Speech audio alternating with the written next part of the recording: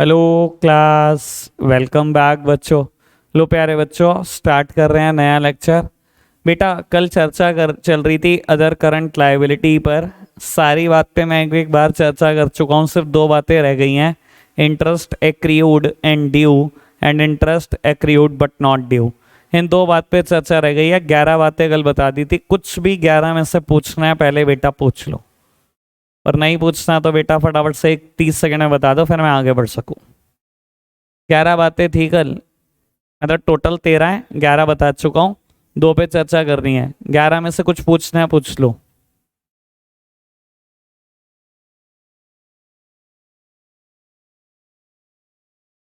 चलो ठीक है भाई, नहीं पूछना तो बाबू। अब मेरी चर्चा है interest accrued and due. Interest accrued but not due. सामने देखना भाई, सामने देखना।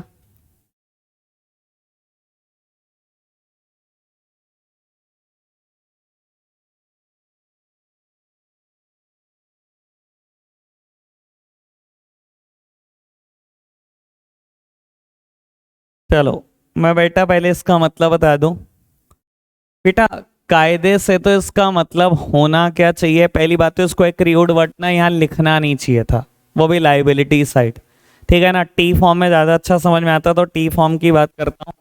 बेटा आउटस्टैंडिंग एक्सपेंस एक लाइबिलिटी है और प्रीपेड एक्सपेंस एक एसेट।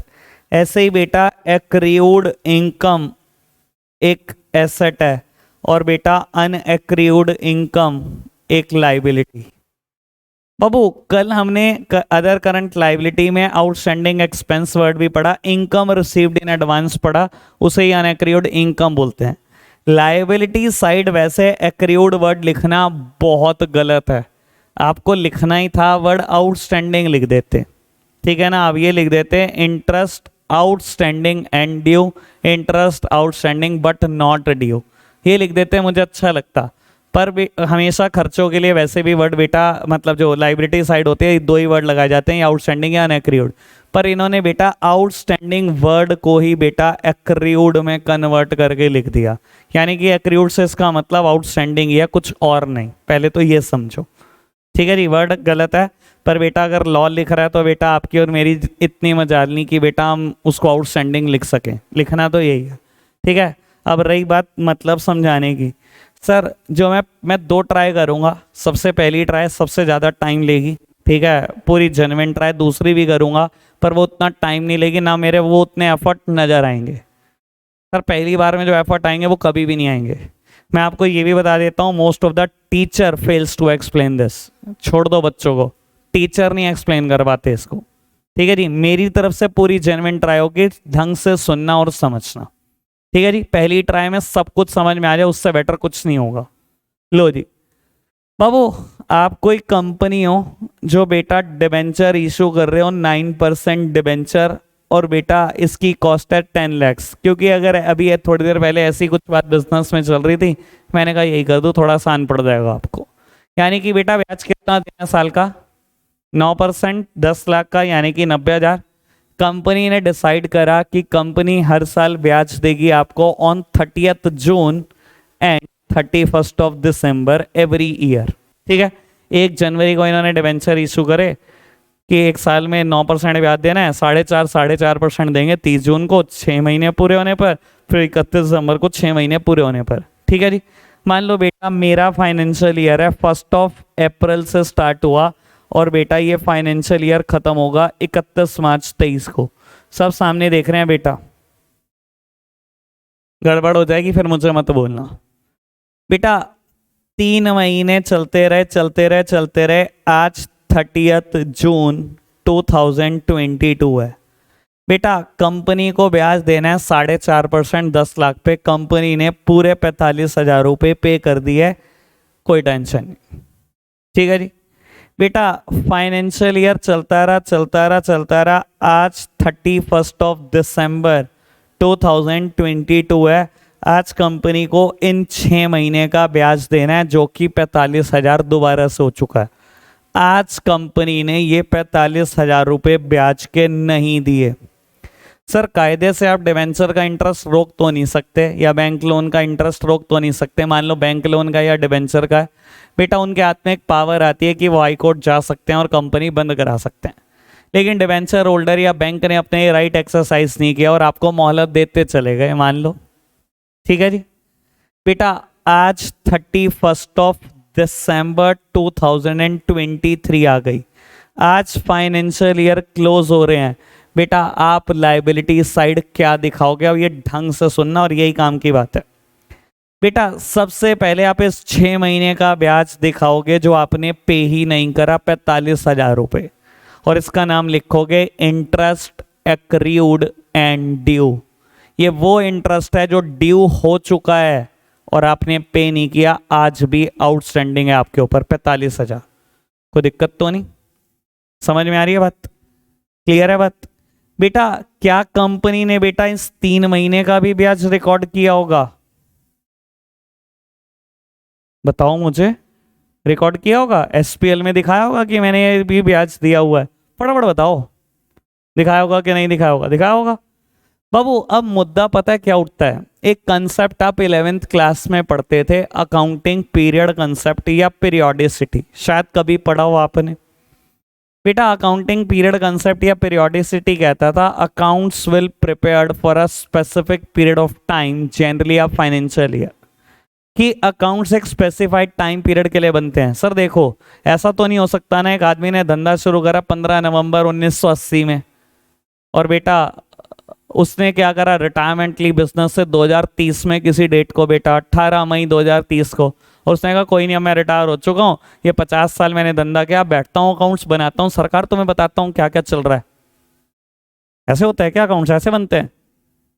जब रिटायरमेंट लो तब बनाकर दे देना, और भगवान ने अगर बीच में अल्लाह को प्यारे हो गए तो देना ही मत। ऐसे ऐसे बनते होंगे क्या अकाउंट्स? नहीं। तो बेटा हमें हमारे लॉ ने बताया कि अकाउंट्स कैसे बनाने हैं। अकाउंट्स एक स्पेसिफिक टाइम पीरियड के लिए बनते हैं, जनरली या फाइनेंशियल ईयर। और बेटा अकाउंटिंग पीरियड कंसेप्ट बोलता है जब अकाउंट्स एक स्पेसिफाइड टाइम पीरियड के लिए बनते हैं तो खर्चे और इनकम उसी स्पेसिफाइड टाइम पीरियड के लिए दिखाने जरूरी हैं। पर बेटा मेरे हिसाब से सोचो, बेटा कंपनी के हिसाब से आपने 3 महीने का ये एक्सपेंस P&L अकाउंट में डाल दिया, आपने इंटरेस्ट पे कर आपने P&L में दिखा दिया। इस 6 महीने का आपने पे नहीं करा, पर आपने बेटा रिकॉर्ड कर दिया कि ये ड्यू हो चुका है, मैं मैंने पे नहीं किया। इंटरेस्ट एक्रीड एंड ड्यू बेटा 45,000 रुपये। बाबू व्हाट अबाउट दीज 3 मंथ? अब आप कहोगे बेटा ये ड्यू नहीं हुआ। ड्यू कब होगा बेटा? 30 जून को होगा। मैं तो 30 जून को, मैंने तो तय किया हुआ है 30 जून को और 31 दिसंबर को दो ही तो ब्याज देनी है, 30 जून को ड्यू होगा। कोई दिक्कत नहीं बेटा, ड्यू नहीं हुआ। पर बेटा पीरियोडिसिटी ने कहा था कि अकाउंट्स 12 महीने के लिए बनते हैं तो खर्चे और इनकम 12 महीने के लिए दिखाए जाएंगे, चाहे ड्यू हुआ चाहे ड्यू नहीं हुआ। तो हम इसका नाम रिकॉर्ड करते हैं इंटरेस्ट एक्रीव बट नॉट ड्यू। ये वो इंटरेस्ट है जो ड्यू भी नहीं हुआ और मैंने पे भी नहीं किया। और बेटा ये 3 महीने का इंटरेस्ट मैं रिकॉर्ड कर देता हूं। ऐसे रिकॉर्ड होगा बेटा इस बचे हुए 9 महीने का ब्याज। ये तो ड्यू हो गया था और मैंने पे नहीं किया, तो बेटा interest due but not yet paid, नाम करेक्ट ये होना चाहिए। नाम क्या लिखवाया बेटा लो ने? Interest acrid and due. और ये बेटा ड्यू भी नहीं हुआ और पे भी नहीं हुआ, पर बेटा 3 महीने तो चले गए ना, तो बेटा खर्चा तो रिकॉर्ड करना पड़ेगा ना। तो हम क्या लिखते हैं नाम इसका? Interest acrid but not due. Due भी नहीं हुआ और मैंने पे भी नहीं किया। तो समझ में आई बात? ठीक है, मैं सच्ची बता रहा हूं बेटा, अगर आपको लग रहा हो मेरी बात में कोई भी फर्क है आप टीचर से पूछ कर देख लेना। मोस्ट ऑफ द टीचर नहीं बता पाते इस चीज को क्लैरिटी के साथ। क्लियर बात? बढ़ाएं बात को आगे? ठीक है जी, पक्का से?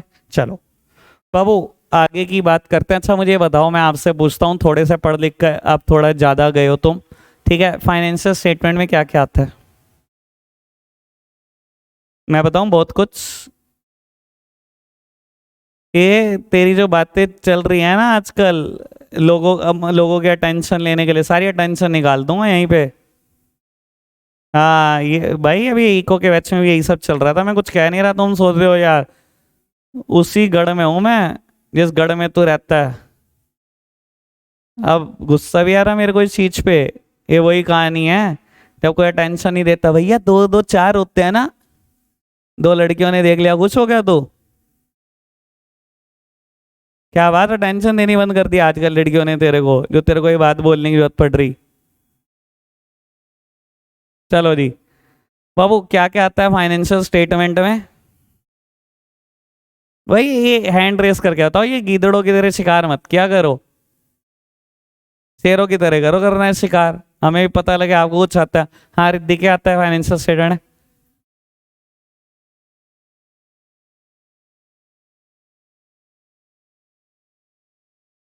सेविका?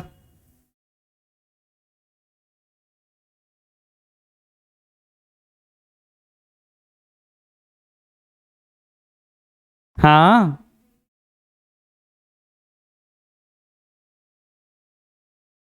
बाबू, अब सुनो मेरी बात। देखो, जो आपकी लिटिल नॉलेज थी ना, अब वो घर रह जाएगी बेटा। अब मैं आपको बता देता हूँ, फाइनेंशियल स्टेटमेंट जो हमें 11th क्लास में बोलते हैं ना, दो अकाउंट एक स्टेटमेंट से मिलकर बनी है, सर बिल्कुल गलत बात और झूठी बात। ठीक है ना, अब थोड़ी क्लैरिटी और बढ़ा लो। ठीक है जी बेटा, 11th क्लास में आप बनाया करते थे trading and profit and loss account. Sir यहाँ पर 12th क्लास में हम इसको बोलेंगे SPL, statement of profit and loss account. बेटा बैलेंस शीट स्टेटमेंट आज तक एज इट इज है। ठीक है ना बेटा, अब आगे बढ़ाओ। फाइनेंशियल स्टेटमेंट खाली इन दो चीज़ों से मिलकर नहीं बनती। ठीक है ना बेटा, एक और चीज़ ऐड हो जाती है, कंटेंजेंट लाइबिलिटी। अगर मुझसे सुनी हो कभी, वैसे मैंने 11th क्लास में बताई थी। ठीक है, एक और चीज़ ऐड हो जाती है बेटा, नोट्स टू अकाउंट्स। ठीक है ना, एक और चीज़ ऐड हो जाती है, कैश फ्लो स्टेटमेंट। बेटा आज की तारीख में अभी जितनी नॉलेज है उसके हिसाब से बोल रहा हूँ, अभी आपको इतनी नॉलेज है। ठीक है, इसकी भी नॉलेज है नहीं बेटा, इस बुक का लास्ट चैप्टर है। बेटा जब ये 5 चीज़ें मिल जाएंगी तो फाइनेंशियल स्टेटमेंट बनेगा। थोड़े से और आगे बढ़ जाओ, फिर एक दो और बढ़ जाएंगे। तो फाइनेंशियल स्टेटमेंट में बेटा सिर्फ दो बातें नहीं है। हाँ अभी बताता हूँ क्या है नोट्स टू, अभी बताता हूँ। बेटा बोल रहा है नोट्स टू अकाउंट्स क्या है, मैं अभी बता रहा हूँ, सिर्फ 2 मिनट दो मुझे। बेटा ये 5 चीजें मिल जाएंगी तब आज की तारीख में बेटा पूरी होगी फाइनेंशियल स्टेटमेंट। ठीक है जी, अभी तो मेरी चर्चा किस पे, सिर्फ बैलेंस शीट। अभी तो मैंने और कुछ भी शुरू नहीं किया।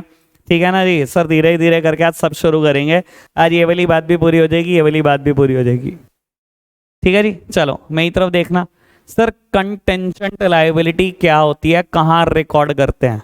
ठीक है, और साथ साथ नोट्स टू अकाउंट्स, 1 मिनट कम होता।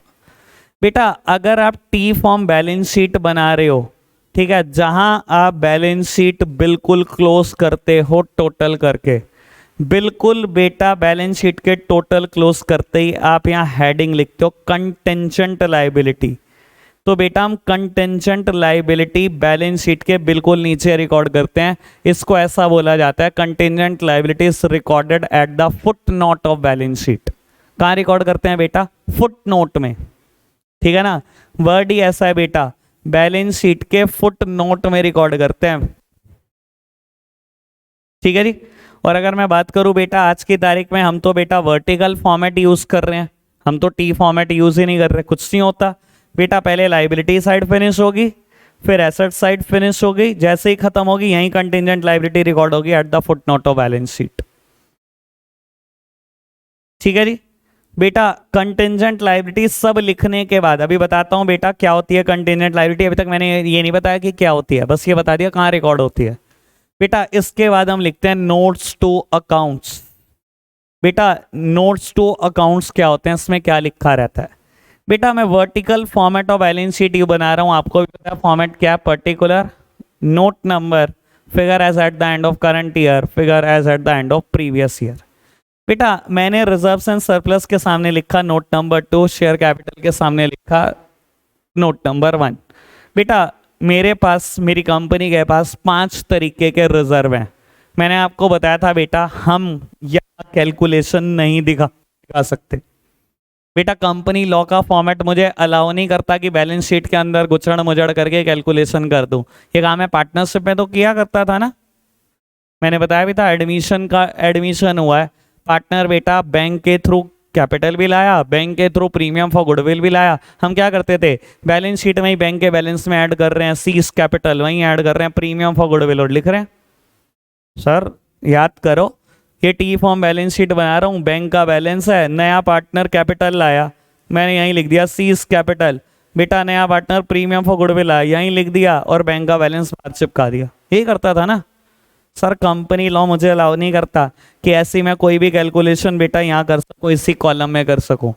मेरी कंपनी के पास 5 तरीके के रिजर्व हैं, capital reserve, capital redemption reserve, debenture redemption reserve, security premium reserve, surplus. मान लो 5 है, एक 50,000 है, एक 5 लाख है, एक 2.5 लाख है, एक 3 लाख है, एक 2 लाख है, ऐसे है।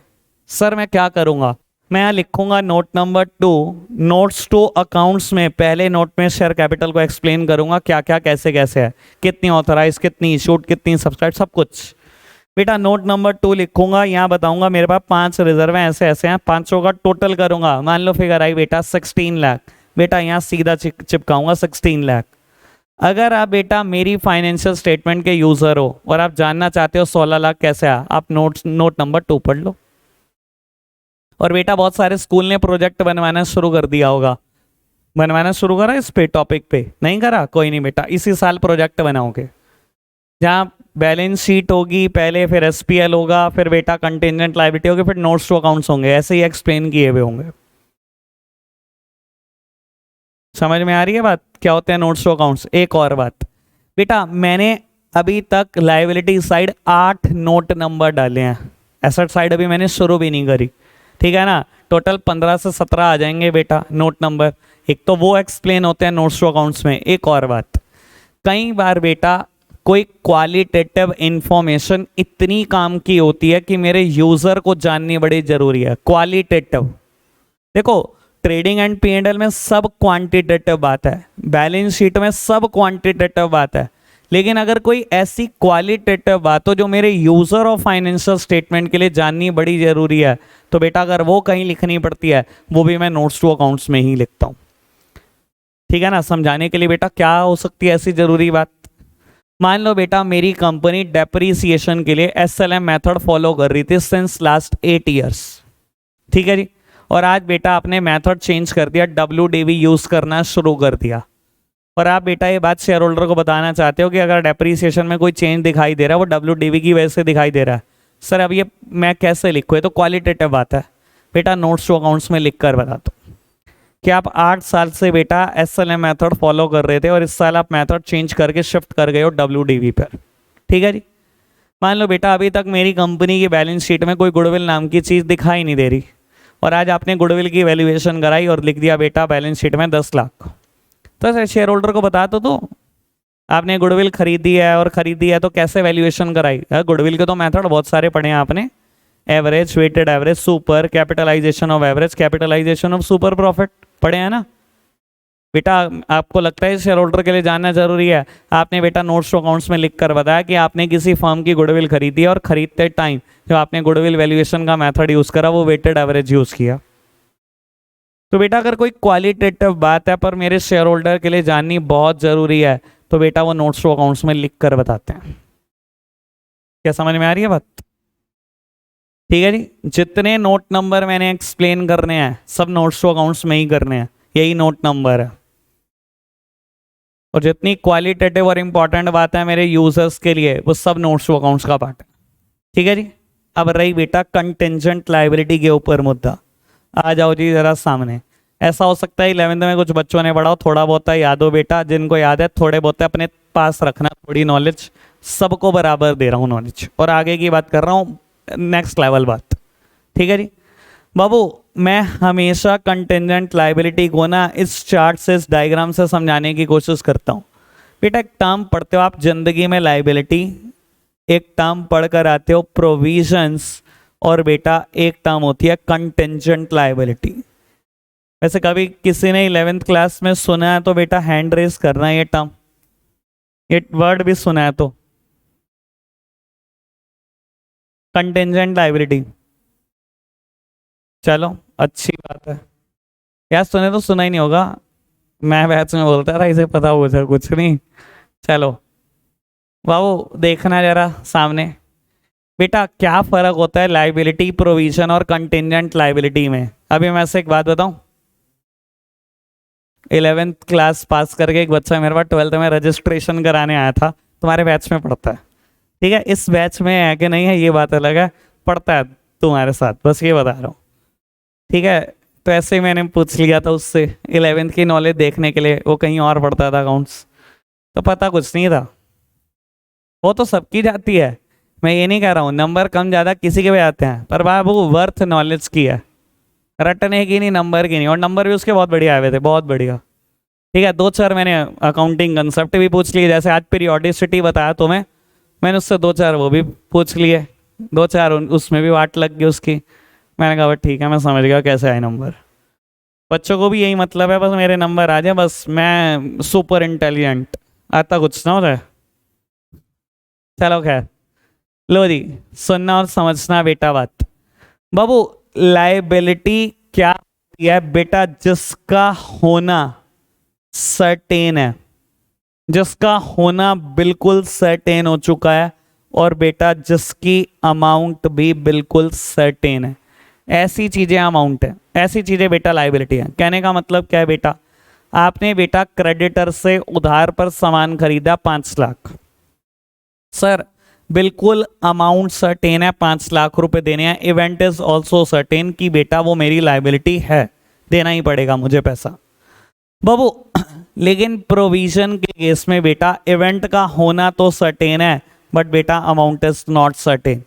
कहने का मतलब है बेटा आपने मार्केट में उधार बांट दिया, मैं कल वाली बात करता हूँ, आप एक प्रोविजन स्टोर चलाते हो, कन्फेक्शनरी स्टोर चलाते हो, गली मोहल्ले में छोटी सी दुकान है, बाबू हजार हजार करके उधार बांट दिया बेटा, 3 लाख रुपए उधार हो गया बेटा। अब ये तो पक्का से पता है आपको कि पूरा 3 लाख नहीं आएगा, इवेंट इज सर्टेन, पता है पूरा 3 लाख नहीं आएगा, कुछ तो पैसा मरने वाला है, पर ये नहीं पता कि कितना मर जाएगा। ऐसी सारी चीजें प्रोविजन होती हैं जिनका होना सर्टेन हो चुका है, बट बेटा अमाउंट इज नॉट सर्टेन। तो आप अपने तुक्के पे एक प्रोविजन बनाते हो, provision for bad and doubtful debt, कि मुझे अंदाजा है मेरे 10,000 मर जाएंगे, मेरे 15,000 मर जाएंगे, सर तुक्का ही तो लगाते हो।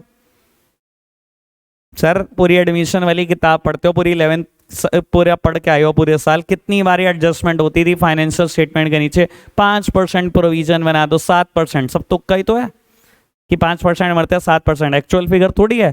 और अगर आप देखते हो कहीं बेटा कहीं एडमिशन के क्वेश्चन में एक्चुअल बैड डेट कितने गुना ज़्यादा होता है प्रोविजन से, प्रोविजन बना हुआ है 10,000, actual bad debt 20,000, actual bad debt 5,000 होता है ना, तो प्रोविजन के बराबर थोड़ी हमेशा बैड डेट होते हैं, वो तो मेरा अंदाजा था, ठीक है जी। तो सर लाइबिलिटी और प्रोविजन में यही फर्क होता है, लाइबिलिटी का होना भी सर्टेन है, अमाउंट भी सर्टेन है। बैंक से लोन लिया 15 लाख, सर लाइबिलिटी है, अमाउंट भी सर्टेन है, 15 लाख देना है बेटा, और बाबू इवेंट भी सर्टेन है कि मैंने देना ही है, बट बेटा प्रोविजन में इवेंट तो सर्टेन है, अमाउंट का आता पता नहीं, अमाउंट नहीं सर्टेन। तो सर कंटिंजेंट लाइबिलिटी क्या होती है बेटा? जिसका होना या ना होना भी सर्टेन नहीं है, ये भी नहीं पता लाइबिलिटी बनेगी भी या नहीं बनेगी, और बेटा अमाउंट का भी अता पता नहीं है। कुछ केसेस में बेटा अमाउंट का पता भी होता है, पर बेटा इवेंट पे हमेशा नजर रखना, इवेंट कभी नहीं पता होता होगा या नहीं होगा। एग्जाम्पल, सबसे फेमस एग्जाम्पल जो हर टीचर हर बच्चे को देता है, सर स्यूट, कंपनी का केस लगा हुआ है कोर्ट में, सर आपको नहीं पता आप जीतोगे या हारोगे, पता नहीं, इवेंट ही नहीं पता अभी तो। और बेटा अगर हार गए तो जज कितनी पेनल्टी लगाएगा ये भी नहीं पता, ये भी जज के विवेक के ऊपर है, क्योंकि लॉ कहता है बेटा 10 टाइम्स तक पेनल्टी लग सकती है, अप टू 10 टाइम्स। मान लो आपने 10 करोड़ का फ्रॉड किया, अब 10 करोड़ से लेकर 100 करोड़ तक कुछ भी फिगर लगा देगा, अब ये तो जज के विवेक पे है, ठीक है जी। तो बाबू कंटेंजेंट लायबिलिटी क्या होती है? जिसका इवेंट भी सर्टेन नहीं है, होना या ना होना भी सर्टेन नहीं है, और बेटा अमाउंट भी सर्टेन नहीं है। कुछ केसेस में अमाउंट सर्टेन हो सकती है, बट बेटा इवेंट ही कंफर्म नहीं होता कभी भी, ठीक है जी। समझ में आती है बात क्या चीज है कंटेंजेंट लायबिलिटी? बाबू कंटेंजेंट लायबिलिटी के 4 बड़े फेमस एग्जाम्पल हैं, ट्वेल्थ क्लास में। ठीक है जी बाबू, ज्यादातर आते हैं, 4 ही आते हैं बाबू। एक बात मैं अभी आपको बता चुका हूं, सूट अगेंस्ट कंपनी, कंपनी के खिलाफ केस हुआ हुआ है। मुझे नहीं पता बेटा जीतना या हारना, और हारने के बाद कितनी पनिशमेंट लगे मुझे ये भी नहीं पता बाबू। मान लो बेटा ये केस हुआ 1 जनवरी को, ठीक है, इंडियन कोर्ट्स हैं, it will take its own time. 31 मार्च को फाइनेंशियल ईयर क्लोज कर रहे हो बेटा, आपने कंटिजेंट लायबिलिटी में लिख दिया कि कंपनी के खिलाफ केस हुआ है, और आपको ये नहीं पता कि ये लायबिलिटी बनेगा या नहीं बनेगा, कुछ नहीं पता, इवेंट ही नहीं पता ना अभी। तो सर ना तो आप इसके लिए कभी प्रोविजन बनाओगे, ना ही बेटा ये मेन लायबिलिटी है, ये सिर्फ कंटिजेंट लायबिलिटी है। फुट नोट में दिखाओ, छोड़ दो। क्लियर बात, ओके बात। चलो बेटा सेकंड काम की बात, guarantee given by the company, ऐसे लिख लो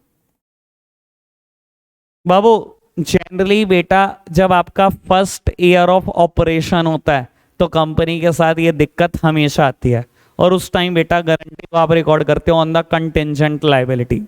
आज कंपनी का फर्स्ट ईयर ऑफ ऑपरेशन है, कंपनी ने एक मोबाइल फोन बांटने शुरू करे और 3 साल की गारंटी देनी शुरू करती कि कोई भी कमी आएगी ना हमारे मोबाइल फोन में वापस। गारंटी और वारंटी का फर्क समझते हो ना? What do you mean by warranty? Warranty का मतलब क्या होता है? वारंटी, गारंटी नहीं, वारंटी का मतलब क्या होता है? हैं? सामान को ठीक करके देंगे बाबू, सामान को रिपेयर करके देंगे, और अगर रिपेयर ना हुई तो रिप्लेस करके देंगे, ये होता है वारंटी का मतलब। What do you mean by guarantee? See the exchange, see the exchange, ठीक है ना जी बाबू। कंपनी ने फर्स्ट ईयर ऑफ ऑपरेशन है, 3 साल की गारंटी दे डाली आपको कि अगर हमारे प्रोडक्ट में कोई भी कमी आई वापस, तुरंत वापस। सर पहले तो एक बात बताओ, क्या इवेंट का होना सर्टेन है कि कमी आएगी? आएगी सर, फर्स्ट ईयर में तो कुछ भी नहीं पता होगा आपको, पहला साल ऑफ ऑपरेशन है। सर इवेंट का होना ही सर्टेन नहीं है। चलो अगर बेटा इवेंट सर्टेन हो भी जाए, सर अमाउंट सर्टेन है? अमाउंट सर्टेन है? मुझे ये भी नहीं पता बेटा कितने मोबाइल फोन वापस आएंगे और किसके ऊपर मेरा कितने रुपए का खर्चा हो जाएगा, कुछ नहीं पता बाबू। गारंटी हमेशा हमेशा कंटेंजेंट लायबिलिटी है, इवेंट का होना सर्टेन नहीं होता। और स्पेसिफिकली बोलूं बेटा, फर्स्ट ईयर ऑफ ऑपरेशन में कभी कुछ नहीं पता होता आपको कि कमी आएगी या नहीं आएगी। क्लियर है बात? समझ में आ रही है बात बाबू? सूट अगेंस्ट कंपनी, कंपनी के खिलाफ हुआ है केस, कंपनी ने गारंटी दिया है। तीसरी बात, bill discounted from bank. Sir कल मैंने थोड़ी सी चर्चा बेटा बिल्स पेबल, बिल रिसीवेबल पे किया, ठीक है ना, वही चर्चा को थोड़ा सा आगे बढ़ाना पड़ेगा, मजबूरी है, ठीक है ना, टॉपिक ऐसा आ जाता है बीच बीच में। बाबू एक बात बताओ, बस अब थोड़ा सा जल्दी जल्दी करेंगे, स्पीडी बात। बेटा ए ने बी को गुड्स बेचा, बी ने उधार पे गुड्स खरीदा, ए को डाउट है कि बी पैसे नहीं देगा, ए ने इसको कोर्ट बुलाया कि आजा भाई बिल पे साइन कर जा, ठीक है जी बाबू। इसने बिल लिखा था ए ने कि मैंने तुझे फला फला इनवॉइस नंबर से फला फला डेट को 5,000 रुपये का सामान बेचा है, और तू प्रॉमिस कर रहा है कि तू 2 महीने के बाद मुझे पैसे देगा। बी आया और इस बिल पे साइन करके चला गया। सर इसने एसेट बनाई थी ना, इसने एसेट बना लिया था ना, जैसे ये बिल आया था साइन होके। बेटा इसने एसेट बनाया, बिल का नाम रखा बिल्स रिसीवेबल अकाउंट, और बेटा टू ए को बुक से खत्म कर दिया क्योंकि पहले एंट्री करी, सॉरी टू बी क्योंकि पहली एंट्री करी हुई थी इसने बी टू सेल्स, ऐसे किया हुआ था ना। और वो इसने एंट्री क्या की हुई थी? परचेजेस टू ए से सामान खरीदा हुआ है, और बेटा दूसरी एंट्री करी थी ए डेबिट टू बीपी। इसने बेटा ए को बुक से खत्म कर दिया और एक नई लाइबिलिटी क्रिएट कर दी थी बिल्स पेबल अकाउंट, ऐसे ही किया था, ठीक है। 2 महीने बाद 5,000 रुपये इसने लेने हैं बेटा, इस बिल में लिखा गया। बाबू 1 महीने के बाद आज ए को पैसे की जरूरत पड़ गई, इसको क्या बेटा ये बी के पास जा सकता है? बी कुछ मदद करेगा इसकी? बी कहेगा तो जहां मर्जी चला जा, चाहे कोर्ट के पास चला जा, लिखा हुआ है 2 महीने बाद पैसे दूंगा, मैं तो 2 महीने बाद ही दूंगा, पर इसको 1 महीने के बाद पैसे की जरूरत पड़ गई है। बेटा ये बैंक जाता है, और बैंक को कहता है बैंक देख 1 महीना पड़ा हुआ है, ये तो बिल तू रख ले, 1 महीने बाद तू बी के पास जाइयो पैसे निकलवा लाइयो, मेरे को फिलहाल आज पैसे देते। बैंक ने कहा देख भाई बात सुन, मैं तो कमाने के लिए बैठा हूं और बैंक का मेन काम होता है ब्याज कमाना, मैं दे तो दूंगा तुझे पैसे पर पूरे 5,000 नहीं दूंगा। तो आपने कहा अच्छा कितने देगा, उसने कहा 4800 दूंगा। तो आपने पूछा 200 किस बात का, उसने कहा ब्याज है।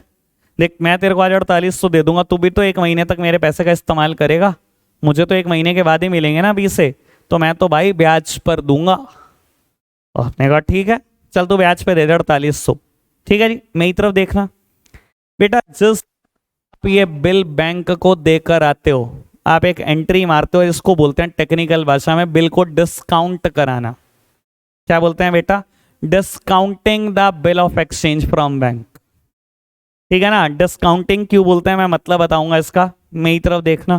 सर पहली बात करते हैं एंट्री क्या हुई होगी। बेटा पैसा है इसके पास, पैसा जब भी आता है या तो कैश डेबिट या तो bank debit, bank account debit, पैसा आ गया, कितना आया 4800। ठीक है जी बाबू, बुक से एक एसेट्स खत्म हो गई, मैंने अभी एक एसेट बनाई थी 5,000 रुपए की, ये बिल मेरी एसेट है, पर जब मैं बिल ही दे आया बैंक को तो एसेट खत्म। कोई चीज एसेट है डेबिट होती है, खत्म करना है क्रेडिट करो। सर मैंने एसेट खत्म कर दी 5,000 रुपए की, कायदे से जो 200 रुपये खर्चा है ब्याज का खर्चा है, आपको रिकॉर्ड करना चाहिए इंटरेस्ट चार्जेस। पर बेटा ये ना एक प्रथा चलती आ रही है, सब लोग इसको डिस्काउंट अकाउंट डेबिट करते हैं। ठीक है ना, आज तक I am fails to understand the logic, but correct word should be interest account debit, interest charges account debit. ठीक है ना, कोई भी टीचर समझाएगा मतलब यही बताएगा कि ब्याज है, पर बेटा लिखेगा डिस्काउंट ही। प्रिजम्पशन चलती आ रही है, प्रथा चलती आ रही है, और इसी की वजह से बेटा इसको बोलते हैं बिल को बैंक से डिस्काउंट करा। समझ में आई बात, क्लियर है बात, बढ़ाऊं बात को आगे, मेरी तरफ देखना। सर जिस दिन आपने ये बिल को बैंक से डिस्काउंट करा लिया, मान लो बेटा ये डेट है कुछ भी समझ लो 15 मार्च, ठीक है जी बाबू, 20 से पैसे कब मिलने हैं बैंक को, 1 महीने के बाद 15 अप्रैल को मिलने हैं। आपके बिल पे 15 अप्रैल की डेट थी, 1 महीना बचा था, आपको पैसे की जरूरत थी, आप 15 मार्च को ही पहुंच गए थे बैंक और बैंक से 4800 ले आए। ठीक है, 31 मार्च है आज बेटा, फाइनेंशियल ईयर क्लोज कर रहा है मिस्टर ए, कोई कंपनी है A and limited, A limited company है ये, ठीक है, ये बी लिमिटेड कंपनी है, ये फाइनेंशियल ईयर क्लोज कर रहा है बेटा, चुपचाप से कंटिजेंट लायबिलिटी में पता क्या लिखेगा कि मैंने ना 20 से बिल डिस्काउंट कराया हुआ, सॉरी मैंने ना बिल डिस्काउंट कराया हुआ है बैंक से, अगर बी ने 15 अप्रैल को पैसे नहीं दिए बैंक को तो मुझे देने पड़ जाएंगे। सर आप खुद सोचो, 15 अप्रैल को अगर बी देने से मना कर दे पैसे, बैंक पहुंच गया बी के घर, लाओ जी पैसे दे दो 5,000, बी ने कहा मैं तो देता नहीं, मैं तो दिवालिया हो गया। निकलवा ले, कहाँ से पैसे निकलवा रहा है, मैं तो दिवालिया हूँ। सर क्या होगा, बैंक किसको पकड़ेगा, सर ए को। क्यों पकड़ेगा, क्योंकि बेटा बैंक ने ए को पैसे दिए हैं। सर उसके तो बैंक अकाउंट में फिलहाल अभी ये ताजे ताजे पैसे दिए हैं, दिवालिया हो जाएगा तो हो जाएगा, फिर तो बैंक का लॉस है, लेकिन अगर नॉर्मल सेंस की बात करें निकलवाएगा तो ए से ही ना, अगर बी गया तो। ठीक है जी, समझ में आती है बात। तो बाबू क्यों कंटिजेंट लायबिलिटी ए ने रिकॉर्ड करी, क्योंकि इवेंट का होना सर्टेन नहीं है। 15 दिन के बाद आपको क्या पता बी पैसे दे ही दे, और क्या पता बेटा अगर बी ना दे तो वो मेरी लायबिलिटी बनेगी। तो आज ही आप कंटिजेंट लायबिलिटी में लिखना शुरू कर देते हो कि मैंने एक बिल बैंक से डिस्काउंट कराया हुआ है, ये देखो। ठीक है जी, क्लियर है बात, बढ़ जाएं आगे। मैं एक बात अभी एडवांस में बता दूं, मैं एक जगह पे ना आपको लिखा हुआ दिखाऊंगा क्या क्या चीज़ों पे हमें जज नहीं करा जाएगा। वहाँ पर बहुत बड़ा बड़ा लिखा हुआ है कि कंटिजेंट लायबिलिटी के ऊपर सीबीएसई बोर्ड का सर्कुलर है, आपको जज नहीं किया जाएगा। 2018 में एक क्वेश्चन आया, 2019 में एक क्वेश्चन आया, 2020 में एक क्वेश्चन आया। अबे क्या जजमेंट की बात करते हो तुम, मैं ये करा रहा हूँ ना, मुझे ना बताना थोड़ी देर के बाद ये तो लिखा हुआ है कहीं नहीं आएगा। सर शर्त लगा के बोल रहा हूँ पेपर में आएगा, और आपके प्री बोर्ड्स में भी आएगा, और कईयों के स्कूल में आ भी चुका होगा यहाँ से क्वेश्चन। एडवांस बता रहा हूँ, मुझे मत बताना, तुम्हें ही दिक्कत हो कि छोड़ के जाना है छोड़ जाना, मैंने करा दिया। ठीक है जी, आपका इंटरेस्ट लूज ना हो इस वजह से मैंने बिल्कुल आखिरी में बात बोली है।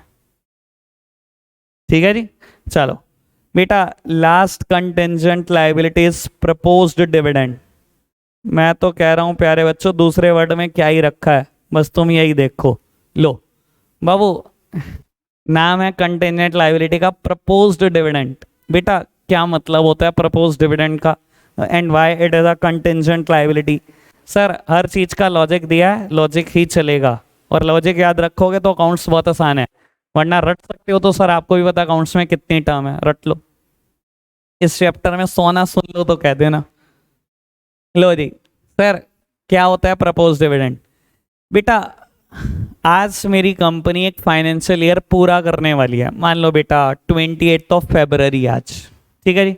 11 महीने फाइनेंशियल ईयर के बीत चुके हैं, अच्छा खासा अर्न कर चुकी है कंपनी, और बोर्ड ऑफ डायरेक्टर ये बात जानते हैं। बोर्ड ऑफ डायरेक्टर ने एक मीटिंग बुलाई। बेटा बोर्ड ऑफ डायरेक्टर की मीटिंग को हम बोलते हैं बोर्ड मीटिंग। क्या बोलते हैं? Board meeting. और शेयर होल्डर की मीटिंग को बोलते हैं जनरल मीटिंग, ठीक है। बोर्ड ऑफ डायरेक्टर की मीटिंग को क्या बोलते हैं? Board meeting. शेयर होल्डर की मीटिंग को जनरल मीटिंग। 28 फरवरी को बेटा एक बोर्ड मीटिंग बुलाई गई, कंपनी के 5 बोर्ड ऑफ डायरेक्टर है, पांचों बैठे और डिसाइड किया कि यार हम बहुत ठीक ठाक अमाउंट अर्न कर चुके हैं और हम अपने शेयर होल्डर के लिए ही तो काम कर रहे हैं, तो शेयर होल्डर में हमें डिविडेंड बांटना चाहिए। तो उन्होंने डिसाइड करा कि कंपनी इस बार 8 करोड़ रुपए कमाए हैं, शेयर होल्डर को 4 करोड़ बांट दो। बेटा आज उन्होंने अपनी मीटिंग में डिविडेंड प्रपोज कर दिया कि हम 4 करोड़ का डिविडेंड शेयर होल्डर में बांटना चाहते हैं। सर सीक्वेंस समझना, ठीक है ना, क्योंकि बहुत आगे की बात है, कई टीचर नहीं जानते होता क्या है और डिविडेंड बढ़ते कैसे हैं। बेटा डिविडेंड हमेशा बोर्ड मीटिंग में प्रपोज होते हैं, और फिर शेयर होल्डर की एक मीटिंग होती है बेटा, जनरल मीटिंग, उसमें बेटा डिविडेंड फाइनलाइज होता है। शेयर होल्डर चाहें इस 4 करोड़ को 6 करोड़ कर सकते हैं, 4 करोड़ को 8 करोड़ कर सकते हैं, शेयर होल्डर चाहें 4 करोड़ को 2 करोड़ कर सकते हैं, इसको 0 कर सकते हैं। It depends upon the shareholder. Board of director सिर्फ प्रपोज करेंगे और shareholder will finalise it.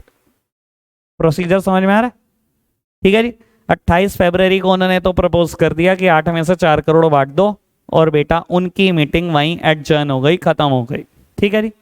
बेटा 31 मार्च तक शेयर होल्डर नहीं मिल पाए, और बेटा उन्होंने एक फ्यूचर डेट डिसाइड की हुई है, लेट्स सपोज 30 अप्रैल, जब वो सब शेयर होल्डर मिलने वाले हैं। बेटा आज फाइनेंशियल ईयर क्लोज हो रहा है, मुझे ये बताओ करना क्या है? ये डिविडेंड अनाउंस हो गया, बाबू इस प्रपोज डिविडेंड को चुपचाप से कंटिजेंट लायबिलिटी बना दो। क्या लॉजिक है कंटिजेंट लायबिलिटी बनाने का? बेटा अभी इवेंट का होना सर्टेन नहीं हुआ, क्योंकि बोर्ड ऑफ डायरेक्टर से प्रपोज करते हैं, उन्होंने कर दिया। बेटा शेयर होल्डर चाहे तो इसको 0 भी कर सकते हैं, और शेयर होल्डर चाहे तो इसको बढ़ा भी सकते हैं। तो बेटा जब इवेंट का होना ही सर्टेन नहीं हुआ, अमाउंट का भी सर्टेन नहीं है, तो सर ये कंटिजेंट लायबिलिटी तो हुई, ठीक है जी। तो इसको रिकॉर्ड करेंगे बेटा on the foot note of balance sheet propose dividend. 4 बातें बताई मैंने, कोई दिक्कत कोई परेशानी? ठीक है, ओके बात, पक्का से? चलो बहुत बढ़िया, ओके। तो बेटा एसेट साइड मेन हेड और सब हेड लिख कर जाएंगे, उसके अंदर की बात नहीं करूंगा, ठीक है जी। सब मेरे साथ साथ लिखना शुरू कर दो, फटाफट से लिखना शुरू कर दो। ये काम करो 1 मिनट के बाद शुरू करना, मैं पहले कुछ बता दूं वरना आपके लिखने में गड़बड़ हो जाएगी। 1 मिनट बाद शुरू करना, मेरी तरफ देख रहे हैं बेटा सब। बाबू बस फटाफट से मुझे ये बताओ, लाइबिलिटी साइड मेन हेड कितने थे? लाइबिलिटी साइड मेन हेड कितने थे? 4। Share holder fund, share application money, pending allotment, non current liability, current liability. Sir share capital में सब हेड कितने थे?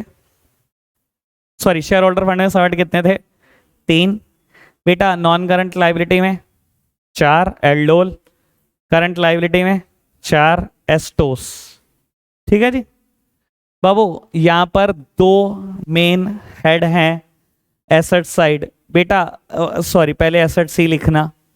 बाबू 2 मेन हेड हैं, सबसे पहले मेन हेड है बेटा non current assets, non current assets, और उसके बाद बेटा एक और मेन हेड है करंट एसेट्स। मेरी तरफ देख रहे हैं, अभी कोई कुछ लिख नहीं रहा बेटा। बाबू करंट एसेट्स क्या होती है? जो डेफिनेशन करंट लाइबिलिटी की बोली थी ना, उससे मैच करने की कोशिश करना। All those assets which are expected to be realized within 12 months or within operating cycles are known as current assets, and all other assets are non-current assets. वो एसेट्स जो 12 महीने के अंदर अंदर रियलाइज हो जाएंगी या ऑपरेटिंग साइकिल में रियलाइज हो जाएंगी, वो करंट एसेट्स हैं। ठीक है ना सर? वहां क्या बोलते थे? which is expected to be paid within 12 months or within the operating cycle is known as current liability, and rest all the liabilities are non current liabilities.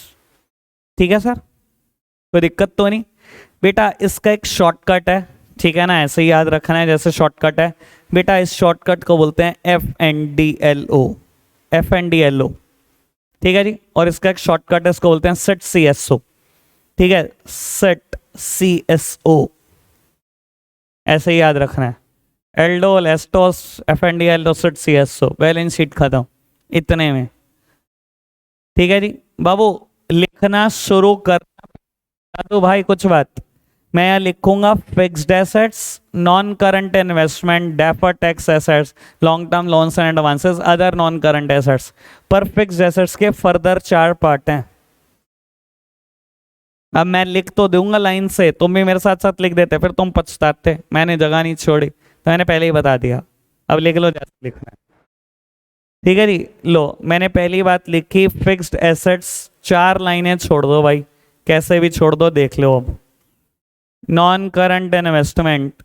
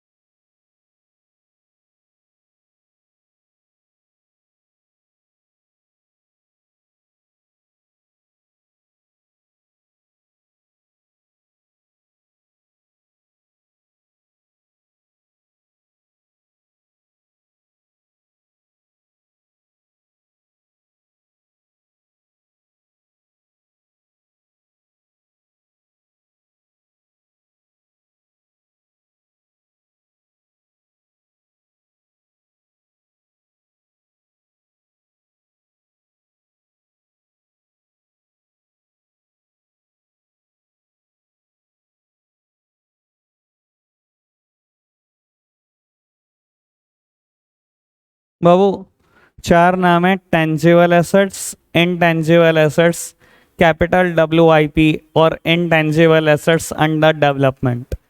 ये फिक्स एसेट्स के 4 पार्ट हैं। ठीक है जी, बाबू इसको लिख लो और आज के लिए इतना ही रखते हैं। Bye bye.